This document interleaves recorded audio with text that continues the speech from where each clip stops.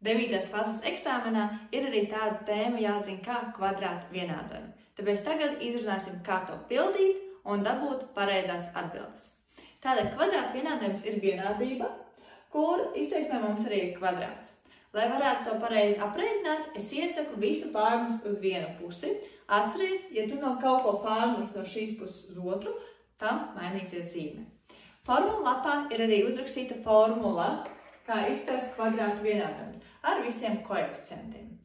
Tavs mērķis šādā uzdevumā ir aprēķināt saknes. Kas ir saknes? Saknes ir atbildes tādas x vērtības, kuras ievietojot izteiksmē, mēs dabūtu izteiksmes vērtību, kur ir vienāda ar 0. Kā mēs to varam izdarīt? Ir 2 varianti. Ir diskriminants un ir vieta. Sāksim ar diskriminantu, jo, manuprāt, ar diskriminantu var aprēķināt pilnīgi jebko, un tas ir vieglāk visiem saprotams. Vietā tur bišķiņ ir jāpadomā. Tātad, arī formula lapā ir pieejama diskriminanta formula. Atceramies, ka kontroldarbā, eksāmenā un visur citur obligāti visur mēs rakstam formulas, jo tā tiek skaitīta kā matemātikas valoda un pamatojums, pēc kā tu veic konkrētos risinājumus. Tātad, lai mēs varētu izmantot formulu, mums vajadzētu noteikt, kāda ir A, kāda ir B un kāda ir C vērtība, jeb koeficienti. Tātad A atrodas pie x kvadrāta. Mēs skatāmies, ka pie x kvadrāta nav skaitlis. Tātad tur ir mums paslēpies vieninieks. B ir pie x, obligāti ņemam arī zīmes -8, un C mums ir 7. Tagad šo visu liekam iekšā formulā. Tā. Nedaudz iejaucos video, bet, ja jums sanāk, ka kaut kas nav uzrakstīts, tad tā koeficients ir 0. Piemēram, x kvadrāts mums ir, tad A mums ir 3. B mums ir, jo ir x, tad B ir 4. Un C mums nav skaitlis bez x-iem. Tātad C mums ir 0. Piemēram, ja mums būtu vēl 3x, otrajā, plus 4 ir vienāds ar 0, tad tas nozīmētu, ka A ir 3, B ir 0, un C ir 4. Attiec šādas vērtības liksiet diskriminanta formulā. Arī to pašu 0. Labi, turpinām video. Tātad, -8 kvadrātā, mīnus reiz mīnus veido plusu, 8 reiz 8 ir 64. -4 reiz 1, -4, -4 reiz 7, -28. Iesaku visu reiķināt arī stabiņos, lai izvairītos no kļūdām. 64 - 28 ir 36. Arī tāds ieteikums no manas puses. Noteikti eksāmenā, ja jums diskriminants sanāk lielāks par 0, skatieties, lai jums tas diskriminants būtu tāds, no kura jūs varat izvilkt naturālu skaitli. Tad skaitli bez komatiem. Jo tad noteikti jums ir pareizi. Jo eksāmenā noteikti nevēlās neviens jūs apbiežot, vēlās pārbaudīt jūsu zināšanas, ka jūs mācāt aprēķināt skaitļus. Tāpēc liek skaistus diskriminantus. Tātad, ja diskriminants ir lielāks par 0, tad ir 2 saknes. Tās 2 saknes mēs aprēķinām šādi. x1 ir pretējas zīmes b, plus kvadrāts sakne no diskriminanta dalīts ar 2a. Otrā sakne pretējas zīmes b mīnus kvadrāts sakne no diskriminanta dalīts ar 2a. Arī šīs formulas mēs rakstam. Tagad ievietojam informāciju iekšā.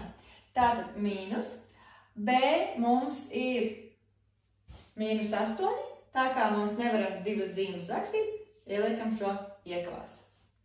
Plus kvadrāts sakne no 36 ir 6 un dalam ar 2 reiz 1. Tātad mīnus zīme pirms iekavām, tas nozīmē, ka viss, kas ir iekšā iekavās, mainās pretējā pusi. 8 plus 6 dalīts ar 2 ir 14 dalīts ar 2 ir 7. Otrs variants, otra sakne, -8 plus -6, jo tagad mums ir -6. un dalīts ar 2. Tātad 8 mīnus 6 dalīts ar 2 ir 2 dalīts ar 2 ir 1. Tātad mūsu saknes mēs rakstam x1 ir 7, x2 ir 1. Tad, ja šādas x'us mēs ievietotu šeit, mūsu izteiksmes vērtība būtu 0. Es jums tikko stāstīju, ka, ja diskriminants ir lielāks par 0, tad ir 2 saknes. Ir jāatcerās, ka, ja diskriminants ir vienāds ar 0, tad ir 1 sakne. Un šo 1 sakni mēs reiķinām pretēji zīmes b dalīts ar 2a. Un, ja mums diskriminants sanāk mazāks par 0, tad mums nav sakņu. Tad nav sakņu.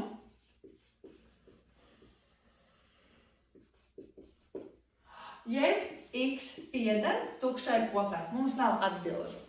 Tātad, vienīgais, kas ir no manas puses ieteicams, ja jums sanāk 0, vai jums sanāk nesmuka kvadrātsakne, vai nesmuks diskriminants, no kura nevar smuki izvilkt kvadrātsakni, vai negatīvs, pārbaudiet, vai jums nav kļūdas. Es dodu 90%, ka būs kļūda, jo pārrasti ir vai no 0, vai no diskriminants, no kura var izvilkt labi kvadrātsakni. Tas ir diskriminants. Kā pildīt ar vietu? Tātad vietai ir nedaudz minēšana. Kas mums sanāk? Mums ir 2 sakņu reizinājumam ir jāsanāk C vērtībai. Šajā gadījumā 7. Un abu sakņu summai ir jāsanāk pretēji zīmes B, jeb šajā gadījumā 8. Un mēs tagad domājam, pie kādām x vērtībām mums sanāk reizinājums 7. Tātad, kurus skaidrus sareizināt, mums sanāk 7. Ir tikai viens variants, 1 reiz 7. Un tagad mēs domājam, ja mums saknes ir 1 un 7, vai es varu dabūt 8? Jā, tas skaidrot kopā. Un tā es dabūnu saknes, ka ir 1 un 7. Tagad paņemsim vēl pāris piemērus, lai tas būtu skaidrāk. Tad šo izpildīsim ar vietu. Atkal skatāmies. Abu reizinājumam ir jāsanāk mīnus 24. Abu skaidru apvienojumam ir jāsanāk pretēzīmes B, jeb mīnus 5. Ko es daru? Es sāku domāt, kurus skaidrus sareizināt, es dabūnu 24.